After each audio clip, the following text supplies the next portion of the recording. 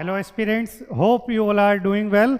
Again, we are here with one more important topic of current affairs, and in today's session we will discuss about government school closure, what is the Niti Aayog report says about government school closure and what are the problems and how to control this closure.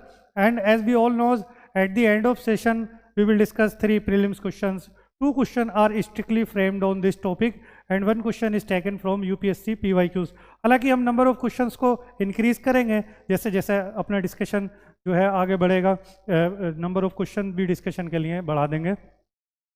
हालांकि जो है discussion start करने से पहले आप सभी aspirants के लिए 2 अनाउंसमेंट हैं। पहला अनाउंसमेंट जो है वो CSET को लेकर है और दूसरा अनाउंसमेंट जो रहेगा उन एस्पिरेंट्स के लिए रहेगा जो कि UPPCS प्रीलिम्स 2026 को टारगेट कर रहे हैं। तो पहले चलिए CSET के अनाउंसमेंट से स्टार्ट करते हैं कि CSET का बैच जो है आपके लिए जो है लॉन्च होने जा रहा है, जो कि आपका 1 सितंबर 2026 से होगा। उसको आपको one of the best teacher हैं जो AQ सर पढ़ाएंगे आपको और डिफरेंट टेक्निक्स आपको बताएंगे वो। और अगर हम इसके फीचर्स की बात करें, CSET फाउंडेशन बैच के फीचर्स की बात करें तो क्या की फीचर्स हैं इसके, तो 20 प्रैक्टिस टेस्ट रहेंगे इसमें, जिसमें 10 मिनी सेक्शनल टेस्ट भी रहेंगे और 10 फुल लेंथ टेस्ट रहेंगे जो कि UPSC पैटर्न पर ही रहेंगे। ये पहले भी आपको जो है कराए गए थे। और इसमें अगर हम क्वेश्चन प्रैक्टिस सेट्स की बात करें तो ये क्वेश्चन जो है वो एक तरह से थॉरो प्रैक्टिस के लिए कराए जाएंगे। आपको लाइव रिकॉर्डेड लेक्चर्स मिलेंगे और टेस्ट डिस्कशन भी रहेगा सो दैट कि आपकी प्रिपरेशन को एक कॉम्प्रहेंसिव तरीके से कराया जा सके। इसमें मेंटरशिप भी रहेगी कि आपका कोई भी डाउट है, मान लीजिए कोई भी प्रॉब्लम है तो फिर आप टीचर से उसको पूछ सकते हैं। एंड और क्लास नोट्स की बात करें कि क्लास नोट्स, तो आपको क्लास नोट्स भी प्रोवाइड किए जाएंगे। Concise exam oriented class notes रहेंगे आपके क्विक रिवीजन एंड रिटेंशन के लिए, क्योंकि अब देखिए क्योंकि CSET का लेवल काफ़ी हाई हो चुका है UPSC में, तो CSET आपकी जर्नी में एक हेडेक ना बने इसलिए आप अपने CSET को पहले ही प्रिपेयर करके रखिएगा सो दैट कि एंड में आप सिंपली प्रैक्टिस और रिवीजन भी करें तो फिर आपका इजीली जो है मतलब 33% से ज़्यादा मार्क्स आ जाएं। तो ये CSET के बारे में। और फर्दर इंफॉर्मेशन अगर आपको चाहिए होगी, आपको कोई भी क्वेरी है तो आप कॉल कर सकते हैं 9599237788। मैं लिख देता हूँ फिर से 9599237788 पर कॉल कर आप पूछ सकते हैं CSET के बारे में, जो कि 1 सितंबर से स्टार्ट होने जा रहा है। ये one of the best CSET batch रहेगा। हालांकि AQ सर ने पहले भी बहुत अच्छे से पढ़ाया है सारे स्टूडेंट्स को। He is one of the best जो है टीचर। अब ये कहना क्या, ये तो जब आपको वो बताएंगे डिफरेंट टेक्निक्स बताएंगे क्वेश्चन सॉल्व करने की तो आपको इजीली पता चल ही जाएगा। तो चलिए अपने सेकंड अनाउंसमेंट की तरफ आते हैं। तो जो सेकंड अनाउंसमेंट रहेगा वो है आपका 50 डेज के लिए, जो कि मास्टर रैपिड रिवीजन प्रोग्राम रहेगा आपका UPPCS के लिए। और ये किस तरह से जो है एग्जीक्यूट किया जाएगा ये प्रोग्राम, अगर हम इसके फीचर्स की बात करें तो ये पूरा का पूरा प्रोग्राम जो है आपका ये PYQ बेस्ड रहेगा। इसको वन ऑफ द बेस्ट तरीके से कवर कराया जाता है सो दैट का आपका प्रीलिम्स जो है यानी कि UPPCS का जो प्रीलिम्स है वो इजीली निकल जाए। इसके अगर बात करें तो माइक्रो कवरेज रहेगा सिलेबस का through MCQs। 50 questions alternate day पे दिए जाएंगे और एक होलिस्टिक वैल्यू एडिशन एक तरह से डिस्कशन रहेगा उन्हीं का, उसके थ्रू आपके टॉपिक्स भी कवर करवा दिए जाएंगे। यही एक बेस्ट तरीका होता है, जो कि टोटल अगर बात करें कितने टेस्ट होंगे तो टोटल 25 मिनी टेस्ट रहेंगे, जिसमें 5 फुल लेंथ टेस्ट भी रहेंगे जो कि online as well as offline mode में रहेंगे। और अगर हम करंट अफेयर्स क्लासेस की बात करें तो इसमें आपको एक्स्ट्रा 10 करंट अफेयर्स क्लासेस रहेंगी, जिसमें रिजवान सर कवर कराएंगे एंड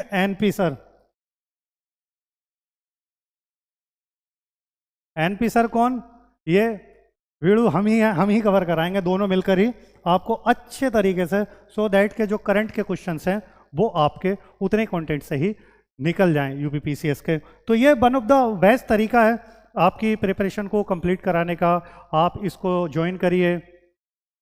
फर्दर क्वेरी के लिए मैं आपको नंबर दे देता हूँ, आपको नंबर बता देता हूँ कि आप अगर किस तरह से ज्वाइन करने हैं तो आप उस नंबर पर कॉल कर सकते हैं और अपना जो भी क्वेश्चन है आप पूछ सकते हैं और उसको जो है टेस्ट सीरीज को ज्वाइन कर सकते हैं। तो आप कॉल करने के लिए 9818621356 पर कॉल कर सकते हैं और जो भी क्वेरी है आप इस पर पूछ सकते हैं और आप उसको ज्वाइन कर सकते हैं। ये सारे के सारे टेस्ट जो हैं आपको ज्ञान मैट के पोर्टल के थ्रू ही कराए जाएंगे और डिस्कशन भी आपका उन्हीं पोर्टल पर रहेगा। और अगर आप कहेंगे तो सेपरेटली भी जो है डिस्कशन आपको यूट्यूब के माध्यम से भी प्रोवाइड करा दिया जाएगा। अदरवाइज पोर्टल पे भी आप लाइव देख सकते हो। ये one of the best test series है जो कि टीम लीड कर रही है। आप इसको ज्वाइन करिए, प्रैक्टिस करिए और आप अपने जो है सक्सेस को एक तरह से इजी बनाइए कि एटलीस्ट प्रीलिम्स निकालने में ये काफ़ी आपके हेल्पफुल रहे। तो चलिए अब अपने टॉपिक पर आते हैं। ये तो था अनाउंसमेंट के बारे में, अब हम अपने टॉपिक को डिस्कस कर लेते हैं। तो जैसा कि हमने ओपनिंग में ही देखा कि गवर्नमेंट स्कूल को क्लोजर को लेकर हमें डिस्कस करना है। तो why is this in news, कि ये न्यूज़ में क्यों है गवर्नमेंट स्कूल का क्लोजर। तो रिसेंटली नीति आयोग की रिपोर्ट्स थी और उसमें क्या किस तरह की फाइंडिंग्स रही हैं जो नीति आयोग की। तो ये देखा गया कि नियरली 94,000 गवर्नमेंट स्कूल जो हैं वो क्लोज्ड हुए हैं ओवर द लास्ट डिकेड, यानी कि पिछले 10 सालों में अराउंड 94,000 स्कूल्स क्लोज्ड हुए हैं। और जिसमें देखा गया है कि जो एवरेज क्लोजर है वो लगभग 25 स्कूल्स पर डे, यानी कि आप समझ लीजिए कि ये कितना बड़ा नंबर है कि एक दिन में अराउंड 25 स्कूल्स के क्लोजर होने की जो है रिपोर्ट्स मिली हैं। Government school enrolment decline by 2.26 crore students, और ये भी अपने आप में एक बहुत बड़ा डेटा है कि जो गवर्नमेंट स्कूल स्टूडेंट्स का डिक्लाइन है वो अराउंड 2.26 करोड़ है। और अगर हम share of government schools in total enrolment की बात करें तो 2005 में क्या एनरोलमेंट था और 2024-2025 में ये एनरोलमेंट कितना था। तो जैसे कि 2005 की बात करें तो ये था अराउंड 71% और 2024-2025 आता आता ये रह गया है 49.24%। तो काफ़ी मेजर डिक्लाइन देखने को मिल रहा है गवर्नमेंट स्कूल के क्लोजर में, मतलब गवर्नमेंट स्कूल क्लोजर में काफ़ी बड़ा जो है वो देखने को मिला है। मेजर रीजन्स की बात करें तो मेजर रीजन क्या, school rationalisation under national education policy 2020, ये जो NEP लाया गया था यानी कि न्यू एजुकेशन पॉलिसी लाया गया था 2020, उसके थ्रू जो रैशनलाइज करने की जो वो एक तरह से लिया गए थे एक्शंस, तो उससे जो है इस पर काफ़ी असर पड़ा है। अब अगर हम कॉन्स्टिट्यूशनल एंड लीगल फ्रेमवर्क की बात करें एजुकेशन को लेकर तो कॉन्स्टिट्यूशन प्रोविजंस क्या कहते हैं एजुकेशन को। तो जैसे कि आर्टिकल 21A है, यानी कि आर्टिकल 21A और आर्टिकल 21A किस में आएगा, आपका फंडामेंटल राइट में आएगा। तो ये article 21A fundamental right to free and compulsory education की बात करता है, जो कि 16 to 14 ईयर्स के स्टूडेंट्स के लिए यानी कि चिल्ड्रंस के लिए कंपलसरी है। आर्टिकल 45 ये आपका DPSP का पार्ट है, तो वो भी आपका बात करता है early childhood care and education की। और अगर हम बात करें आर्टिकल 46 की तो वो बात करता है promotion of educational interest of weak sections.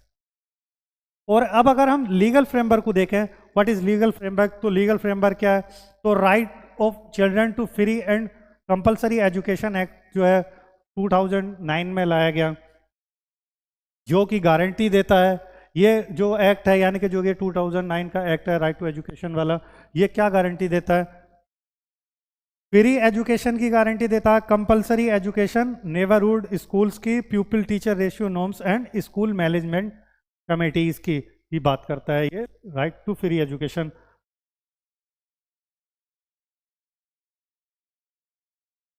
अब क्वेश्चन अराइज करता है why are government schools closing, क्या रीजंस हैं जिसकी वजह से जो है गवर्नमेंट स्कूल जो है वो क्लोज हो रहे हैं। तो अगर हम एडमिनिस्ट्रेटिव रैशनलाइजेशन की बात करें तो न्यू एजुकेशन पॉलिसी जो 2020 वो क्या रिकमेंड करती है कि स्कूल कंसोलिडेशन को, रिसोर्स ऑप्टिमाइजेशन को एंड बेटर इंफ्रास्ट्रक्चर को जो है रिकमेंड करती है। और अगर स्टेट्स का साइड देखें, स्टेट्स का क्या साइड है इसको लेकर, तो लो एनरोलमेंट है, टीचर शॉर्टेजेस है, माइग्रेशन एंड फाइनेंशियल एफिशिएंसी, ये सब जो है स्टेट के साइड्स हैं। अगर हम मेजर कंसर्न्स देखें तो मेजर कंसर्न्स क्या हैं, तो जैसे कि रूरल स्कूल्स क्लोजर हैं, क्योंकि इससे ज़्यादातर जो इम्पैक्ट हुआ वो रूरल के स्कूल्स को ही हुआ है। लॉन्गर ट्रेवल डिस्टेंसेस हैं, ये कंसर्न्स हैं। रिड्यूस्ड एक्सेसिबिलिटी है और weak implementation of neighbourhood school norms, यानी कि जो स्कूल के नॉर्म्स हैं उसमें वीक इम्प्लीमेंटेशन है।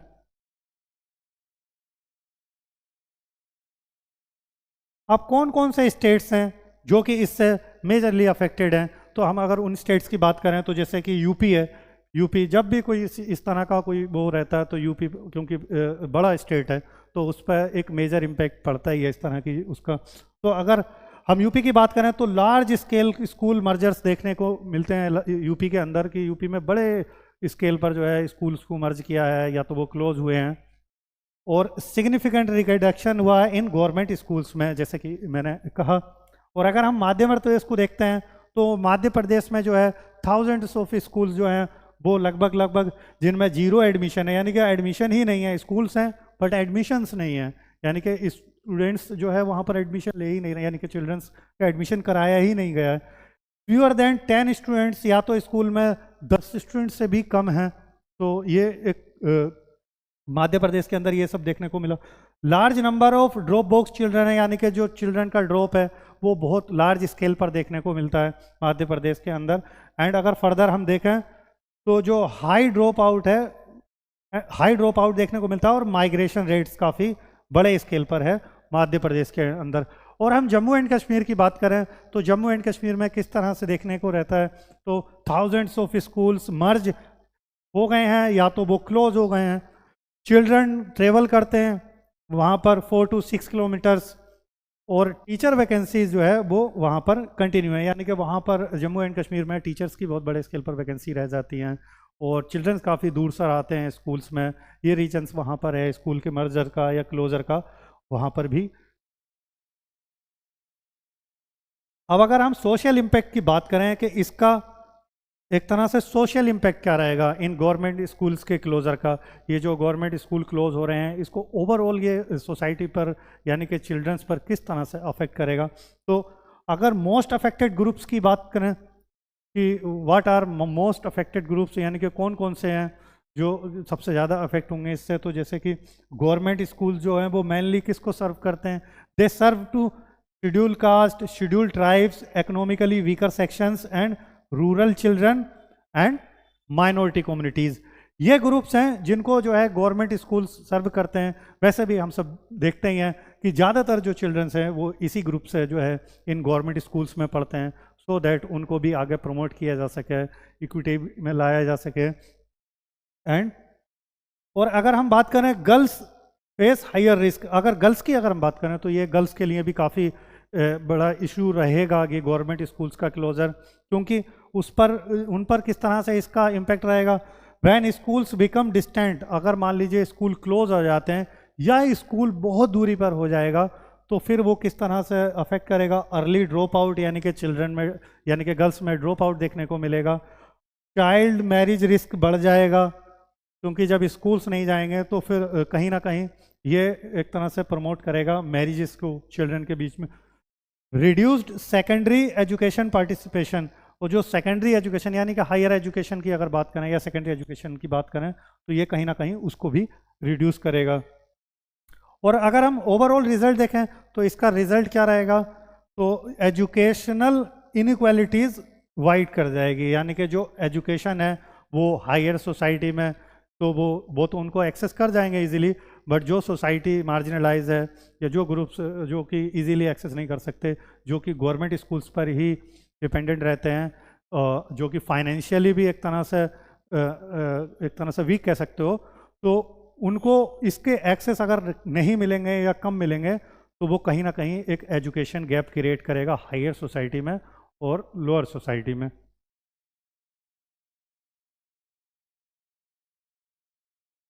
अब इसका इम्पैक्ट अगर हम लर्निंग पर देखें कि इसका इम्पैक्ट लर्निंग पर किस तरह से रहेगा, तो क्लासरूम चैलेंजेस किस तरह के रहेंगे कि इसमें जो है school mergers often result in, जो स्कूल मर्जर्स है वो क्या रिजल्ट करता है, एक तरह से मल्टी ग्रेड टीचिंग्स को जो है इंक्रीज करेगा। Single teacher handling multiple classes, अगर कोई सिंगल टीचर मल्टीपल क्लासेस को हैंडल करेगा तो फिर उसमें उस टीचर की एफिशिएंसी डाउन होगी, टीचर की एफिशिएंसी डाउन होगी तो फिर कहीं ना कहीं ओवरऑल स्टूडेंट्स के यानी कि जो चिल्ड्रंस हैं उनकी एजुकेशन पर उसका असर पड़ेगा। और ओवर क्राउडेड क्लासरूम्स हो जाएंगे, यानी कि जब नंबर ऑफ स्कूल्स रिड्यूस होंगे तो किसी एक ही स्कूल के अंदर नंबर ऑफ जो है स्टूडेंट्स बढ़ेंगे तो फिर क्लासेस के अंदर जो है नंबर ऑफ स्टूडेंट्स को बढ़ाना पड़ेगा, यानी कि क्राउड बढ़ जाएगा जिससे ओवरऑल इम्पैक्ट पड़ेगा क्लास पर और ये डिक्लाइन करेगा इंडिविजुअल अटेंशंस को, क्योंकि जब क्लास के अंदर क्राउड बढ़ेगा तो जो स्टूडेंट की ओवरऑल अगर देखें तो जो इंडिविजुअल स्टूडेंट है जो यानी कि टीचर से इंटरेक्ट कर सकता था या टीचर जो है जितना टाइम दे सकता था वो उतना टाइम उस स्टूडेंट को नहीं दे पाएगा या उसको अच्छे से नहीं बता पाएगा, तो वो कहीं ना कहीं जो है उनकी अटेंशन को डिक्लाइन करेगा। और इसके कंसिक्वेंसेस की बात करें तो कंसिक्वेंसेस क्या रहेंगे, low foundation literacy, higher drop out देखने को मिलेगा, reduce learning quality and violation of right to education staffing norms.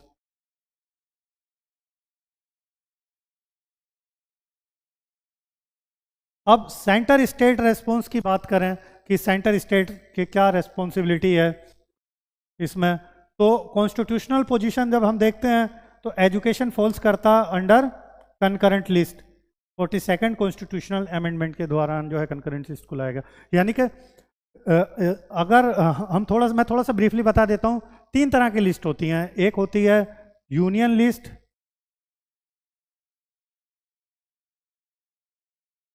एक होती है आपकी state list,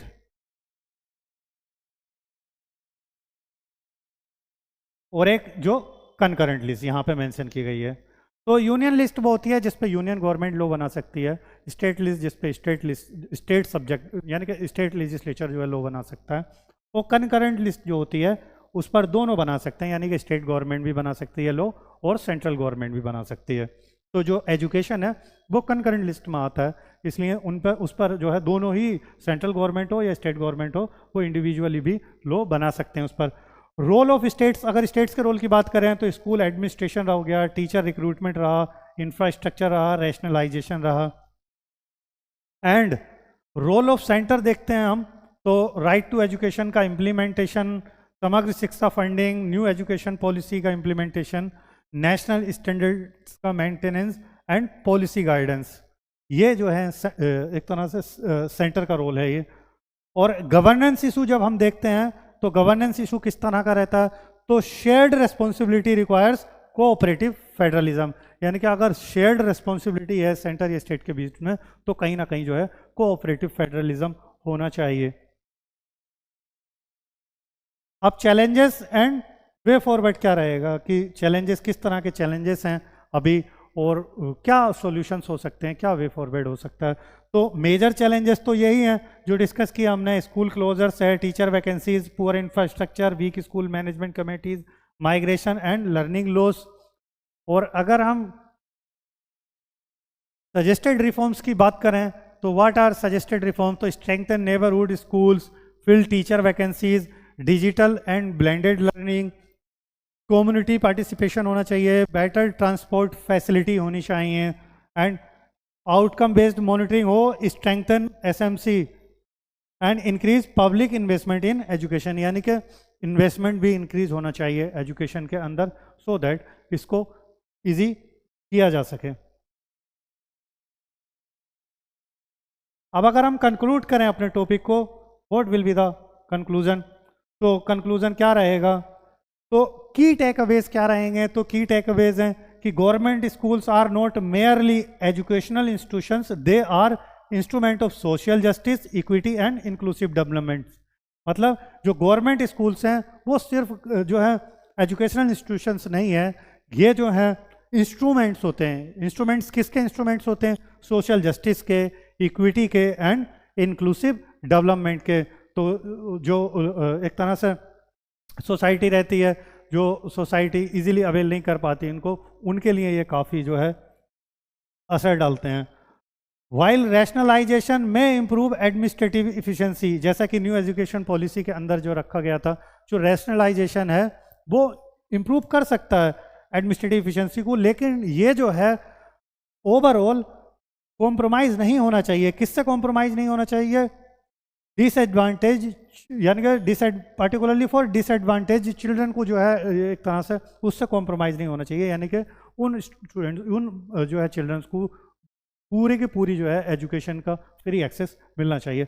every policy decision must keep equity, accessibility and constitutional promise for education for every child at its core.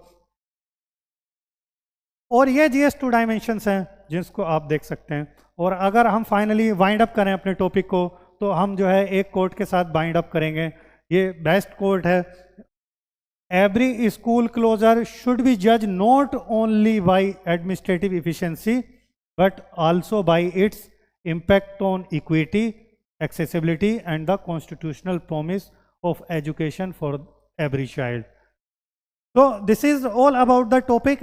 अब हम अपने questions discuss कर लेते हैं।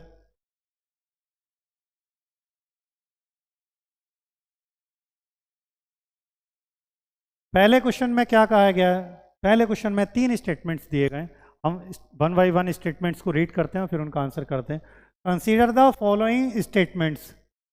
The right to education is simultaneously a fundamental right and statutory right. क्या ये statement सही है? Yes, this statement is correct. क्यों? आर्टिकल 21A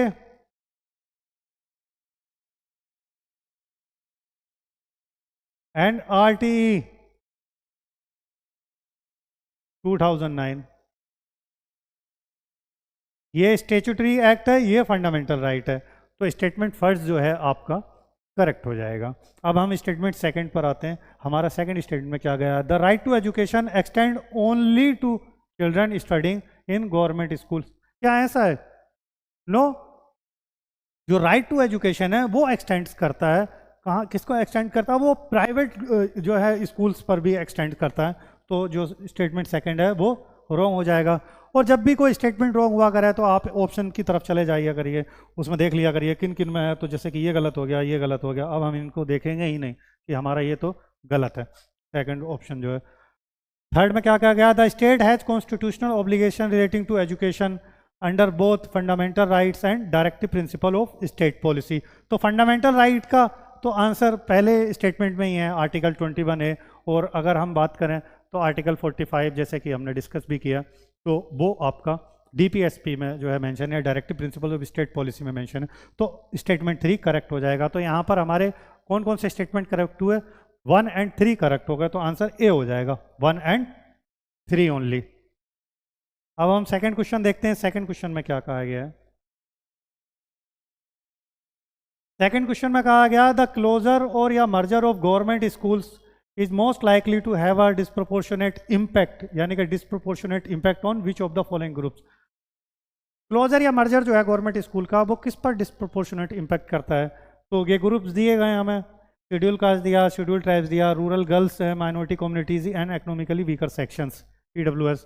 तो जैसा कि हमने डिस्कस किया था कि जो डिस्प्रोपोर्शनेट इम्पैक्ट है गवर्नमेंट स्कूल्स के मर्जर का या उनके क्लोजर का, वो ऑलमोस्ट जो था इन पर सब पर ही था। SC ST हों या फिर रूरल गर्ल्स हों या गर्ल्स या माइनॉरिटी कम्युनिटी या फिर EWS सेक्शन यानी कि इकोनॉमिकली वीकर सेक्शन हो, इनको सबको ही एक तरह से इम्पेक्ट करता है, सब पर ही इम्पेक्ट करता है। तो हमारा आंसर जो हो जाएगा वो D हो जाएगा, 1 2 3 और 5, यानी कि सबको ही इम्पेक्ट करता है। अब हम थर्ड क्वेश्चन डिस्कस कर लेते हैं। थर्ड क्वेश्चन में क्या कहा गया? हालांकि यह क्वेश्चन जो है UPSC ने प्रीलिम्स 2023 में पूछा है, ये UPSC PYQ से लिया गया है क्वेश्चन। हम क्वेश्चन रीड करते हैं, फिर जो है उसका आंसर करते हैं कि क्वेश्चन में क्या कहा गया है।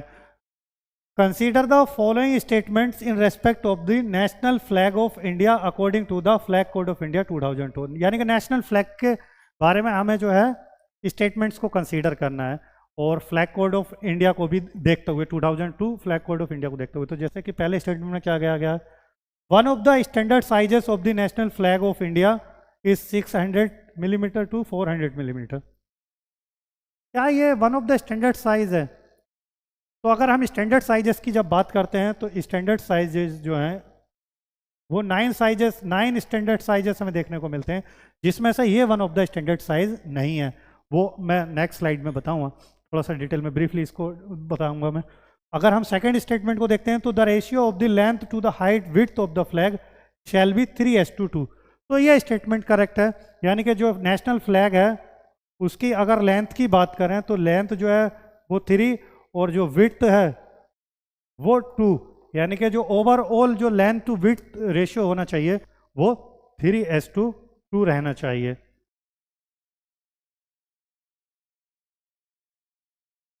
तो स्टेटमेंट फर्स्ट रॉन्ग हुआ और स्टेटमेंट सेकंड करेक्ट हो गया, तो हमारा ऑप्शन कौन सा सही हो जाएगा? Statement first is incorrect and statement second is correct, तो आंसर डी हो जाएगा, यानी कि डी। तो अब थोड़ा सा इसके बारे में जो कौन कौन से स्टैंडर्ड साइजेस हैं उनके बारे में भी देख लेते हैं और फिर जो है हम बाइंड अप करेंगे अपने टॉपिक को। तो ये साइजेस हैं जो कि स्टैंडर्ड साइजेस हैं नेशनल फ्लैग के, फ्लैग कोड ऑफ इंडिया 2002 के हिसाब से। तो जैसे कि ये पहला साइज 6300x400 का है, ये देख लीजिएगा आप अच्छे से इसको, ये स्टैंडर्ड साइजेस हैं। वो जो स्टेटमेंट में साइज दे रखा तो वो one of the standard size नहीं था, इसलिए स्टेटमेंट फर्स्ट जो था वो रॉन्ग था। So this is all about the questions and this topic. मिलते हैं नेक्स्ट टॉपिक में। Till then good luck and keep continue your preparation.